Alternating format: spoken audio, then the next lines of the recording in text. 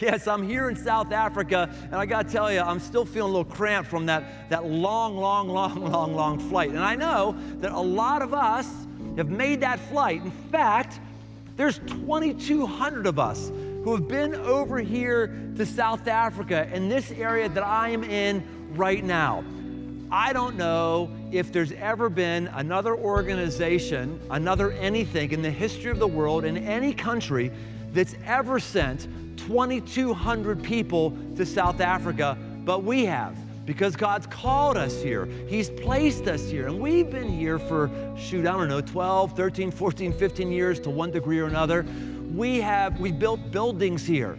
We have sent people over here to live.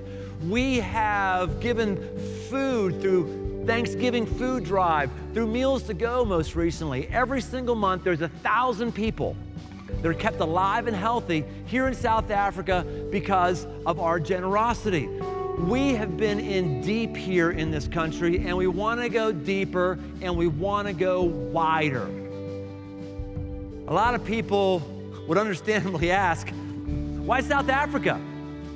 Isn't there a closer and cheaper place that we could be putting resources into and sending people to? And I think there's a lot of validity to that line of reasoning, but the answer is, well, someone's got to come over here. Someone's got to jump into the focal point of the AIDS crisis worldwide, and it's right here in South Africa, and that's where we've been. And it's hard, it's very difficult, and I think that probably is why God's called us to. I believe God called a people here who He knew had the kind of work ethic that could endure through all of the ups and downs, all the difficulties that we're in right here. It's actually one of our 3 codes. One of the codes that we live by is we are tireless workers. We could have never come over here to begin with. We decided to do something difficult. There's been more than enough reasons to stop and do something different, but we've hung in there because we endure. We keep going. Chop, chop, let's go. To give kids like this a shot, to give people the opportunity to have and experience things that they couldn't have otherwise. The book of Nehemiah, chapter 4, they're doing a great thing. They're building a wall.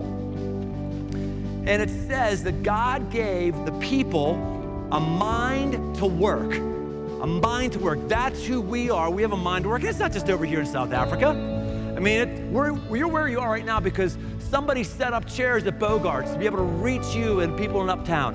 Somebody was parking cars in all of our First Impressions ministry in Florence or in Mason. Somebody's handing out programs in West Side or in Oakley. Somebody's holding kids and building into them. Somebody's figuring out how to mix video. There is a lot of back-breaking work, making the coffee. Every week that happens, we're able to do this because God's working powerfully in our midst, and part of how He's doing it is He's working through our work ethic. Let's keep doing that. Let's keep pushing forward. One of the things that have been really cool to us experience and celebrate at Crossroads, if you're newer, you know it's CityLink. And CityLink is just going so well. We're getting real traction for getting people out of generational poverty. And if you haven't been around Crossroads for all that long, you might not know the tireless work that went into it. 10, 15 years of raising money, fighting court battles, figuring out best systems, best processes worldwide, getting the right staff, building into people who are in the working poor. I mean, it has been back-breaking work that only tireless workers can do.